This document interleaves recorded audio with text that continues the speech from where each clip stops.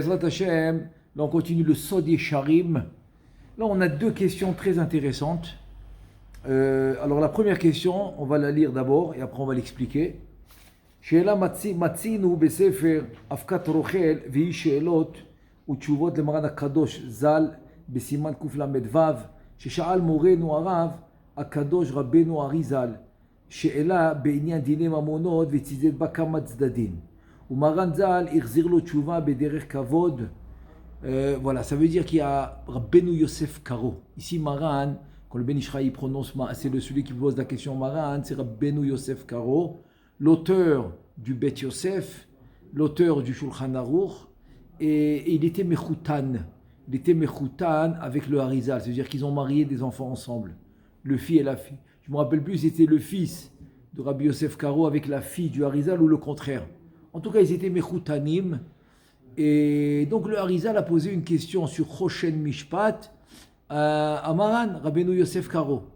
Maintenant, tout le monde est étonné, parce que d'après la question qu'il lui a posée et la réponse qu'il lui a donnée Rabbeinu Yosef Karo, on dit ça veut dire que quoi? Que le Harizal il connaissait pas maintenant ces halachot de Choshen Mishpat qui sont dans la Gemara, qui sont a priori pour quelqu'un comme le Harizal, c'est pas quelque chose qui est difficile à savoir. En principe, quelqu'un comme le Harizal de sa grandeur et de sa chokhma, de sa sagesse, c'est sûr qu'il devait connaître ces halachot-là. Donc tout le monde est étonné qu'il lui a posé une telle question. Donc il veut savoir c'est quoi la raison que le Harizal lui pose une telle question alors qu'en principe, il devait connaître. Et la raison, elle est simple, parce que le Rav du Harizal, du Pshat, il y en avait deux. Le principal, c'est Rabbi Betzalel Ashkenazi qui a fait la Shita Mekubetzet. Shita Mekubetzet, il a compilé, il a ramené plein de Rishonim dans le chasse, sur les sugyot, sur les sujets de traités dans la Gemara. Et donc c'était son Rav. C'est son Rav qui a fait ces livres-là. Et un des volumes, on dit que c'est le Harizal qui l'a fait. Un des volumes qui s'appelle Shita Mekubetzet. Donc on voit que le Harizal était très baki. Il connaissait bien la Gemara et le chasse. Donc ça pose une petite, on dit un étonnement, voilà. Ça pose un étonnement. Comment c'est possible qu'il ne connaissait pas une chose pareille? Alors je le lis dans les mots. Umina tshuva nira שנעלם חס ושלום מן רבנו אריזל כמה דברים שהם פשוטים כאשר יראה הרואה שם. Donc de la réponse que Rabbeinu Yosef Karo lui donne, on voit que le Harizal ne connaissait pas ces choses-là. ונפלינו על זאת, איך נעלמו חס ושלום דברים פשוטים אלו מרבנו אריזל, שהוצלח ברזן לפרשם לו. Donc on est très très étonné que le Harizal ne connaissait pas ça. Il fallait que Rabbeinu Yosef Karo lui explique. ואיך לא כיוון חס ושלום לדברים הפשוטים האלה ולא הרגיש חס ושלום בהם, אין דעתנו סובל את זה. C'est-à-dire qu'on n'arrive pas à accepter que Béhémet, que le Harizal Béhémet il savait pas, il connaissait pas. Il fallait que Rabbeinu Yosef Karo lui explique des choses simples comme celle-ci pour des gens, pour des chachamim comme le Harizal. C'est étonnant, voilà, c'est très étonnant. Ça, c'est première question. Deuxième étonnement, c'est une deuxième question. Otmiha, lan haimilta dematzinu bishar gilgulim, bagdama la medvev. C'est-à-dire comme ça, dans le shar gilgulim, c'est un des shmone sharim. D'ailleurs, c'est le huitième. C'est le huitième shar. Il y en a 8 sharim, c'est le huitième. Il s'appelle shar gilgulim. Dans la Agdama, il est divisé en Agdamot la medvav. Et là-bas, c'est écrit que Benayahu ben Yoyada הכהן, עליו השלום, יען אשר הרג ליואב בן צרויה, ולכן נתגלגל יואב ביואש המלך. Ça veut dire que Benayahu ben Yoyada, il a tué Yoav ben Tserouya, et donc Yoav, qui a été tué par Benayahu ben Yoyada, il est venu en Gilgoul par Yoash, le roi, c'était un roi d'Israël.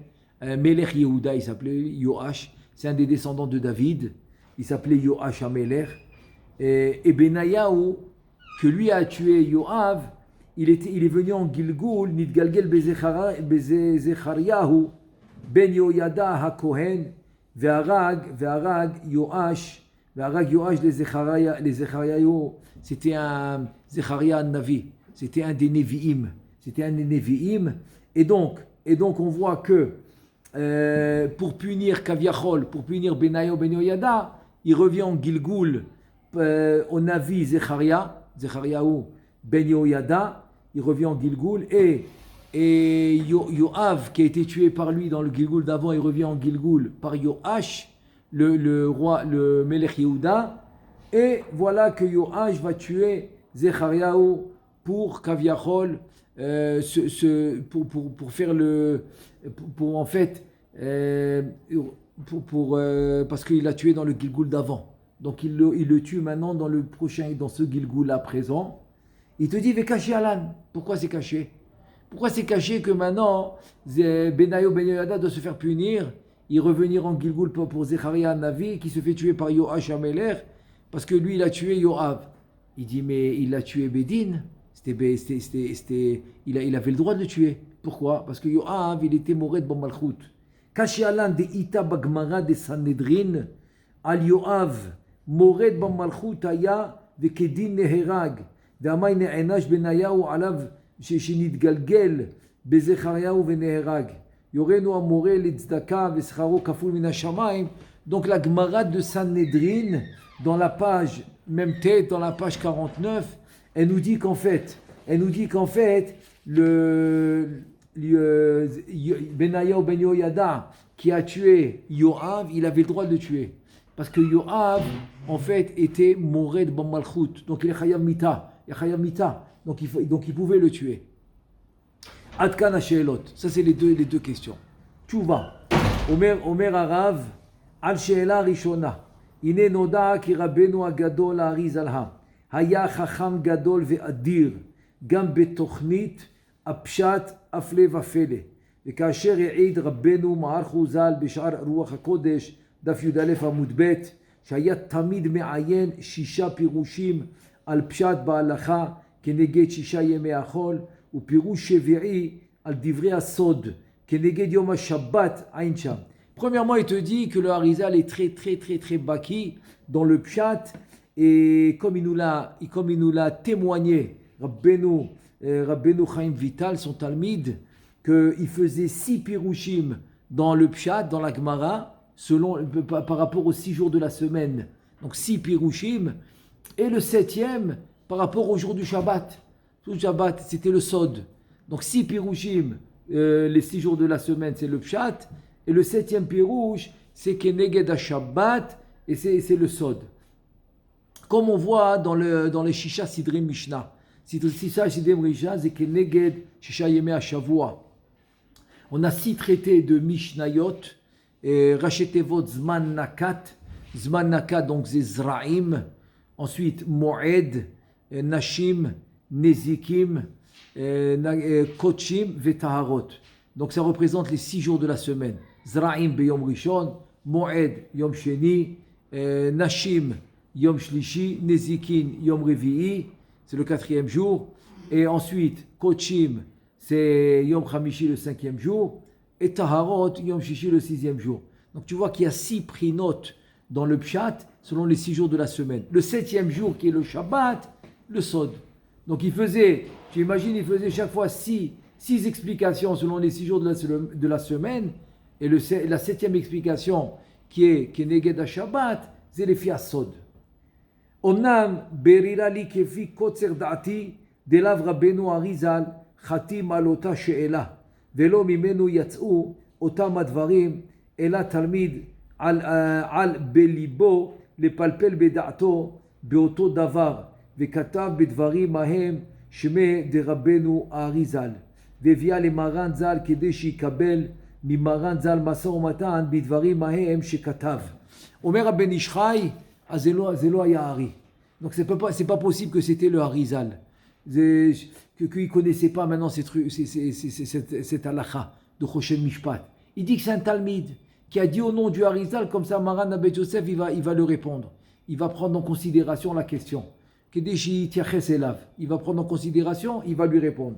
Chez Imaya, hu magisha pilpul she'asa b'she'ela, Lo haya maran nose venoten bedvara betchuvato verak haya mekabel mimenu tchuva bekitzur lefum dina vekaasher timtsa shikata maran zal betrilat divrei tchuvato veze leshono. Maintenant il ramène une preuve par rapport à ce qu'il a écrit be'afkat rochel maran bet Yosef, la réponse au Harizal. Donc tu vois bien que si le Talmide il avait dit en son nom personnel, il n'aurait pas reçu la réponse comme il l'a reçue d'une manière bekavod pour le Harizal. Il lui écrit comme ça: Mitor shedvarecha arrevim alay amarti lisa veliten bidvarecha shma mina im ayu devarim elu mugashim elav me'adam acher lo haya pone alehem lisa veliten bahem kasher asa ata ואותו התלמיד חשב כן בליבו מעיקרה. ואולכר תלה השאלה בשם רבנו הארי ז"ל, והוליכה בעצמו בסוג שליח. והוא עצמו חזר וקיבל התשובה ממרן, ולא ידע מרן כי מתנכר הוא, וייתכן שהורה התלמיד היתר לעצמו לעשות כך, מחמת שלקח רשות מן רבנו הארי ז"ל, שישאל ממרן ז"ל שאלה זו, ולא הגיד לפני רבנו הארי ז"ל הפלפול בשעה שעשה לצדד בשאלה. ואיך שיהיה, ברור הוא לפי קוצר דעתי שלא יצאו דברים אלו מרבנו הארי ז"ל, ואחרי זה מצאנו העתק שאלה ותשובה זו מכתבי מרן ז"ל והדפיסו אותו. Et donc il est clair, le Ben Ishraï dit c'est sûr que c'est un Talmide qui l'a fait au nom du Harizal pour que Rabbeinu Yosef Karo lui réponde, il le prenne en considération. Donc c'est comme ça que ça s'est passé. Mais pas que le Harizal a posé la question, non, c'est le Talmide a utilisé le nom du Harizal pour recevoir une réponse complète. Comme on a vu après, Bashut Afkat Rochel de Maran Bet Yosef, qui ramène là-bas la question et la réponse au nom du Harizal. Pas que le Harizal a posé, c'est un Talmide qui est venu poser la question au nom du Harizal pour qu'il reçoive une réponse complète. Veine, zezman rav raiti besefer she'elot utshuvot le'echad migeoni Ashkenaz zal ve'al harov hu hagaon Marish zal shevi בתשובה זו דספר אבקת רוכל הנזכר ועשה יישוב לדברי רבנו הארי שבשאלה נזכרת בדוחק חן שנתקנה לכבוד רבנו הארי ז"ל, אך לדידי אין צורך לזה, כי לפי קוצר דעתי יתרמה כאשר כתבתי. Donc il n'y a pas besoin, il a dit que j'ai trouvé un mechaber qui a voulu répondre, qui a voulu expliquer la question du Harizal, etc. C'était pas tellement simple comme on pensait. Il dit ok, quoi la cavote que tu as voulu répondre, mais moi d'après moi ça s'est passé comme j'ai écrit. Comme j'ai écrit, Zelo Hari, Zelo Hari chez Sha'al, c'est pas le Harizal qui a demandé, c'est un Talmide qui a utilisé le nom du Harizal pour recevoir la réponse de Rabbeinu Yosef Karo. Donc comme ça, Karsover Rabbeinu à Ben Ishraï, comme ça il pense le Ben Ishraï dans Sod Yesharim que Behemet c'est pas le Harizal qui a posé la question. Donc c'est comme ça qu'il répond à la question. Maintenant deuxième question. עכשיו השאלה השנייה. ועל השאלה השנייה נראה דמלבד דיקה טעמים לומר על חיוב יואב מדין מורד במלכות אינו ברור לפום דינה. הנה אפילו אם נניח במונח שחייב הריגה בבירור ובניהו בן יהוידע היה חייב להורגו מחמת מצוות המלך שציווהו בכך, עם כל זה אין זה חידוש אם מוצרך בניהו עליו השלום כפרה על הדבר לפי גודל מעלת צדקתו וקדושתו שנעשה דין זה על ידו ליואב שר צבא ישראל אשר הפליגו רבותינו ז"ל בצדקתו בגמרא בסנהדרין בפסוק ויקבר בביתו במדבר. ודאי אדם זכאי אין ראוי שיהיה חובה על ידו לאדם גדול. וזאת אומרת ככה, יואב בן צרויה באמת c'était un grand tzaddik, הוא היה צדיק גדול. בניהו, il a reçu la permission de David Amelech, הוא קיבל צו מדוד המלך להרוג את יואב, il a reçu la permission de tuer Yoav, ok, il a reçu la permission, je comprends. Mais sauf, tu vois bien qu'il a tué quelqu'un d'important, un tzaddik. Donc il fallait quand même une kapara. Ayat tzir kapara le benayo ben Yehoyada, les filles godel tzidkato. Tellement il était un grand tzaddik, il lui fallait une kapara. Même s'il a reçu la permission, parce que Yoav aussi était un grand tzaddik. Vema Dougma. Et voilà, maintenant, il va donner un exemple. Vedougma laze amrou, rabotenu zal, aroe belel Shabbat, chalom shetzarich litanot alav vitane afilu beshabbat. כי נראה יש רצון מן השמיים שיתענה בו ביום. אמנם צריך למיטב תענית בחול, בשביל שיתענה בשבת נמצא. אף על פי דהתענה בשבת לעשות רצון השמיים, עם כל זה, לכבוד השבת יתענה יום אחר לכפר בעדו. וכן הדבר כאן. Ça veut dire que quelqu'un maintenant qui a fait un mauvais rêve, donc la solution c'est de jeûner le jour même. זה ממש הפתרון של החלום רע, זה להתענות באותו יום. De jeûner le jour même et אפילו בשבת. Par contre, il doit faire un autre jeûne pendant la semaine pour réparer cette faute de jeûner Shabbat. אז בכל זאת צריך לשלם על התענית, בתענית אחרת. Donc il doit payer le ta'anit. Tu vois que même s'il avait le droit de jeûner, Mina Shamaim, il dit oui, tu dois jeûner. Même s'il avait le droit de jeûner, il doit repayer, il doit rejeûner un autre jour pour réparer la faute d'avoir jeûné le Shabbat. וכן הדבר כאן, אף על גב דבניהו הרג כדין ברשות הסנהדרין, ושלמה המלך עליו השלום ציווהו בכך, ולא היה יכול למנוע עצמו מדבר זה, עם כל זה צריך לו כפרה לפי ערכו, מפני שנעשה דבר זה ליואב, שהיה אדם גדול על ידו. Donc même que Benayahu ben Yehoyada il a fait ça avec le consentement du Sanhédrin et de Shlomo HaMelech, et donc il n'avait pas le choix, il devait le faire, quand même il avait besoin de kapara parce que Yoav ben Tserouya c'était un Adam Gadol, אז הוא היה צריך כפרה. וכן דברי אלה תמצאם מבוארים בדברי רבנו ז"ל בסוף הקדמה ל"ו שכתב ואז הרג יואש לזכריהו לפרוע מה שנהרג על ידו עד כאן. Donc tu vois que Yoash qui était le Gilgoul de Yoav, il a tué Zecharia qui était le Gilgoul de Benayahu ben Yehoyada pour réparer que Benayahu a tué Yoav même s'il avait le droit de le faire. Comme l'exemple du Shabbat. Il avait le droit de jeûner, mais il faut qu'il rejeûne maintenant parce qu'il a jeûné Shabbat. אז כמו הדוגמה של שבת, ודוגמה לזה גם כן תמצא בעניין אהרון הכהן, עליו השלום בעשיית העגל, שעשהו כדי להציל ישראל מכליה, שאם היה מסרב היה נהרג, ואז לא היה להם תקומה, ושיבחו השם יתברך בזה, ונתן לו שכרו הכהונה. Aaron à Cohen, pourquoi il a fait le veau d'or, pourquoi il a fait le Egel, le veau d'or au Am Israël?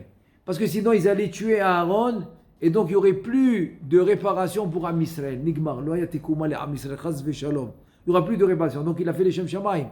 Et quand même, Akadosh Baruch Hu, il l'a loué. Il lui a fait un saloshevach à Akadosh Baruch Hu. Bechol Zot, il fallait qu'il paye. Bechol Zot, ou hayat tzarich lishalem al zeh. Il a reçu quand même une punition que le Hegel, ça s'est fait par lui. Même qu'il avait le droit de le faire et qu'Akadosh Baruch Hu était content qu'il l'a fait. וכאן נזכר במדרש על הפסוק, על כן משכחה אלוהים שמן ששון מחבריך. Donc il a reçu la keuna grâce à ça qu'il a fait le chet à Hegel pour ne pas que le Am Israël le tue, pour sauver la face, pour sauver la situation. עם כל זה הוא צריך לכפרה שנתגלגל באוריהו הכהן שהרגו יהויקים. Donc Uriyahu HaKohen a été tué par Yehoyakim et c'était le Gilgoul de Aharon. Uriyahu HaKohen était le Gilgoul de Aaron HaKohen qui s'est fait tuer par Yehoyakim pour réparer la faute du Chet HaEgel, même s'il avait le droit, même qu'Akadosh Baruch Hu il l'a loué, et qui lui a dit que c'est bien ce qu'il a fait. Il a reçu la Keuna Gedola grâce à ça. Il a reçu d'être Kohen Gadol, etc. Il fallait quand même la kapara. וכזאת תמצא בכמה צדיקים וחסידים ואין צורך להאריך יותר בזה והשם יתברך ברחמיו יאיר עינינו באור תורתו אמן כן יהי רצון.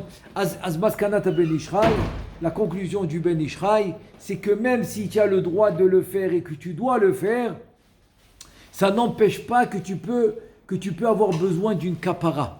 אז זה המסקנה, גם אם יש דברים שאתה חייב לעשות וזה טוב לעשות, אבל זה לא מונע ממך שאתה צריך כפרה. Donc ça ne va pas t'empêcher d'avoir besoin d'une kapara. Donc voilà, c'est la réponse. C'est la réponse pour laquelle Yoash devait tuer Zechariahu pour réparer ce que Benayo Ben Yoyada, il a tué Yoav Ben Tserouya. Donc ça arrive qu'il y a des choses que tu dois faire, même si tu dois apprendre après, si tu dois avoir une kapara pour réparer ce que tu as fait par rapport au ma'aseh. Comme l'exemple qu'on a de Shabbat, comme l'exemple qu'on a donné de Aaron à Kohen. Baruch Adonai le'olam, amen ve amen.